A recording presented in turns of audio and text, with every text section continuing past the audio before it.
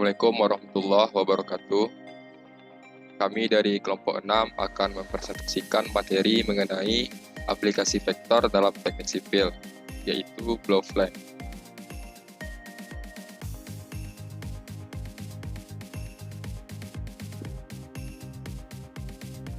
Adapun anggota kelompoknya, yang pertama Anggi Dwi Puspitasari dengan NIM 21030036.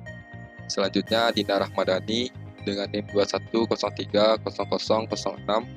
Selanjutnya saya sendiri Rifat Zaldi dengan NIM 21030106. Dan yang terakhir Riri Zarnita dengan NIM 21030024. Nah, adapun materinya meliputi yang pertama pengertian vektor, kemudian perbedaan vektor dan skalar, yang ketiga komponen vektor, dan yang keempat aplikasi vektor di bidang teknik sipil. Nah, yang pertama pengertian vektor. Vektor adalah besaran yang mempunyai nilai dan arah. Menyatakan suatu vektor dapat dilakukan pada bidang datar atau bidang koordinat kartesius x, o, y dengan menggambarkan ruas garis dengan anak panah di salah satu ujungnya. Panjang ruas garis mewakili besar panjang vektor dan anak panah mewakili arah vektor. Vektor disimbolkan dengan huruf tebal atau dengan huruf yang diberi garis pada panah di atasnya. Selanjutnya yang kedua mengenai perbedaan vektor dan skalar. Vektor yaitu besaran yang memiliki besar atau nilai atau angka dan arah. Contohnya yaitu perpindahan, kecepatan, percepatan, gaya, dan lain-lain. Vektor bergantung pada sistem koordinat. Sedangkan skalar, besaran yang cukup dinyatakan oleh besarnya saja atau besar dinyatakan oleh bilangan dan satuan. Contoh waktu, suhu, volume, laju, energi, jarak. Skalar tidak tergantung pada sistem koordinat. Yang ketiga, komponen vektor. Komponen sebuah vektor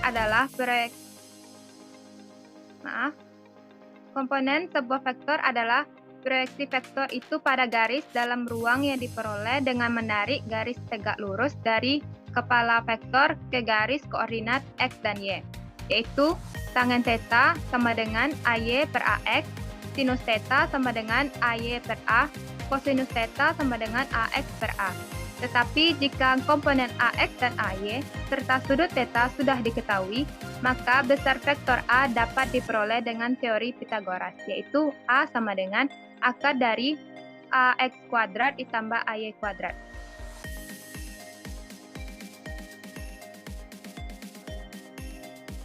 Nah, peaplikasian vektor di bidang teknik sipil, yaitu kami membahas di bidang Blowflang.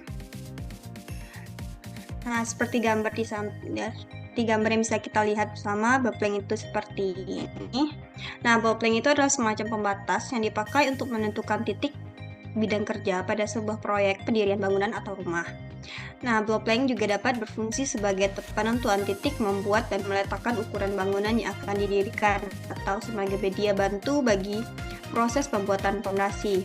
Pada Blowflang ini nanti kita akan meletakkan paku untuk menarik benang agar tercipta garis lurus yang selanjutnya bisa membuat sudut siku 90 derajat dengan tepat. Benang ini nantinya akan menjadi pedoman untuk pekerja fondasi, kolom, dan pemasangan dinding bata.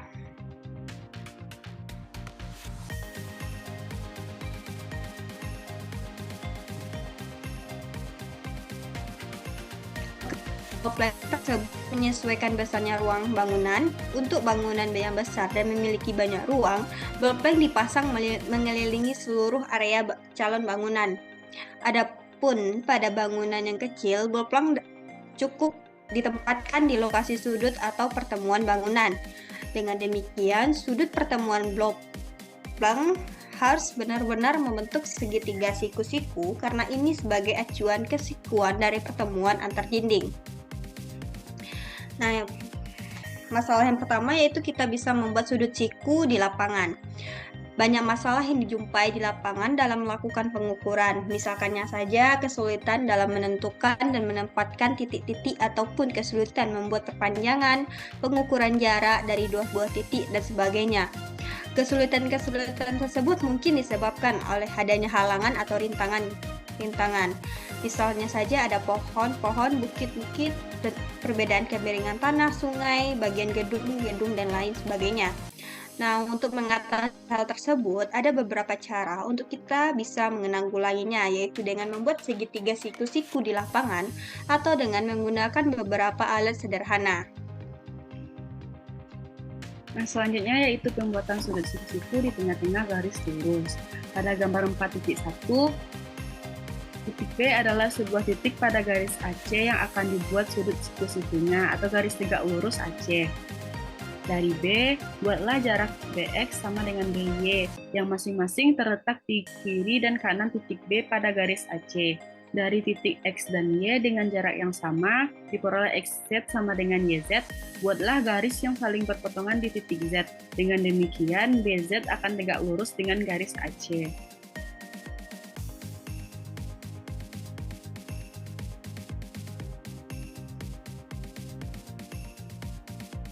Suatu segitiga siku-siku dapat juga dibuat dengan menggunakan prinsip-prinsip Pythagoras, di mana hubungan atau perbandingan dasar ketiga sisinya adalah C kuadrat sama dengan A kuadrat ditambah B kuadrat, atau dapat dilihat dari gambar, kuadrat dari sisi miring sama dengan jumlah kuadrat dari sisi lainnya.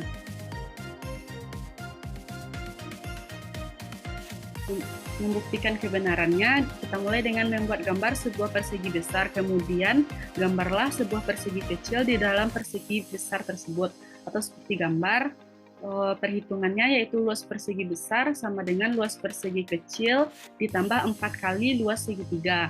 Dengan luas persegi panjang sisinya A tambah B atau B tambah A, luas dengan sisi persegi panjang C, dan tinggi segitiga A dan alas segitiga B. Jadi luas persegi besar yaitu A B tambah A dikali B tambah A sama dengan luas persegi kecil yaitu C kali C, dan luas segitiga yaitu setengah B kali A. Jadi dikalikan diperoleh B kuadrat ditambah 2BA ditambah A kuadrat sama dengan C kuadrat ditambah 4 kali setengah AB sama dengan 2BA.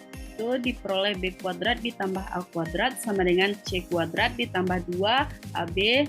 2BA-nya dipindahkan ke ruas kanan jadi menjadi dikurang 2BA, jadi diperoleh B kuadrat ditambah A kuadrat sama dengan C kuadrat. Berdasarkan rumus tersebut, terbukti bahwa sisi miring sebuah segitiga siku-siku adalah akar dari jumlah kuadrat sisi lainnya. Pada gambar 4.2, AB adalah garis lurus yang diukur dan B adalah titik yang akan dibuat sudut siku-sikunya. Dari titik B ke A, ukurlah jarak 6 meter, misalkan di titik C, di mana C terletak pada garis AB. Kemudian ujung pita ukur yang tertulis nilai 0 diletakkan di titik B dan panjangkan pita ukur sampai dengan angka 18 meter dan ikatkan pada titik C. Pada pita ukur yang menunjukkan angka 8, kita pegang dan kita tarik sehingga angka 0 sampai 8 dengan 8 sampai 18 sama-sama kencang. Misalkan titik yang menunjukkan angka 8 tersebut adalah D, maka BCD adalah segitiga siku-siku dengan panjang BD sama dengan 8 meter dan CD sama dengan 10 meter. Sedangkan BC sudah diukur sepanjang 6 meter. Maka segitiga tersebut mempunyai perbandingan sisinya yaitu 3:4:5 dengan siku-siku di titik B.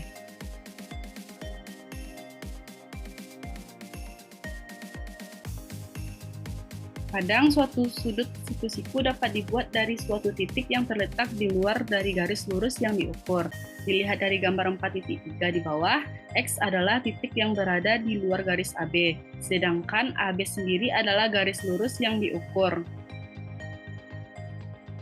Ikatkan ujung pita ukur di titik X dengan panjang sebarang. Tarik pita ukur sehingga memotong garis AB, misalkan di titik C. Kemudian dengan memegang pita ukur tersebut, kita bergerak sehingga memotong garis AB di titik D atau XC sama dengan XD. Jarak CD kita bagi 2 sama panjang, dimisalkan di titik E. Bila di titik E dihubungkan dengan titik X, maka diperoleh EX tegak lurus dengan AB. Atau segitiga XED adalah segitiga siku-siku dengan siku-sikunya di titik E.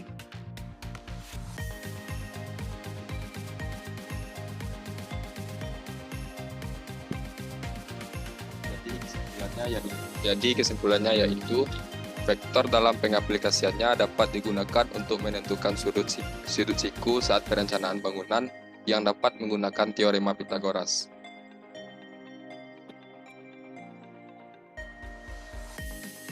Nah, baiklah, sekian penjelasan materi dari kelompok kami. Semoga penjelasan kami dapat dipahami. Saya mewakili kelompok 6. Apabila ada kesalahan dan kekurangan, kami mohon maaf. Saya akhiri dengan Assalamualaikum warahmatullahi wabarakatuh.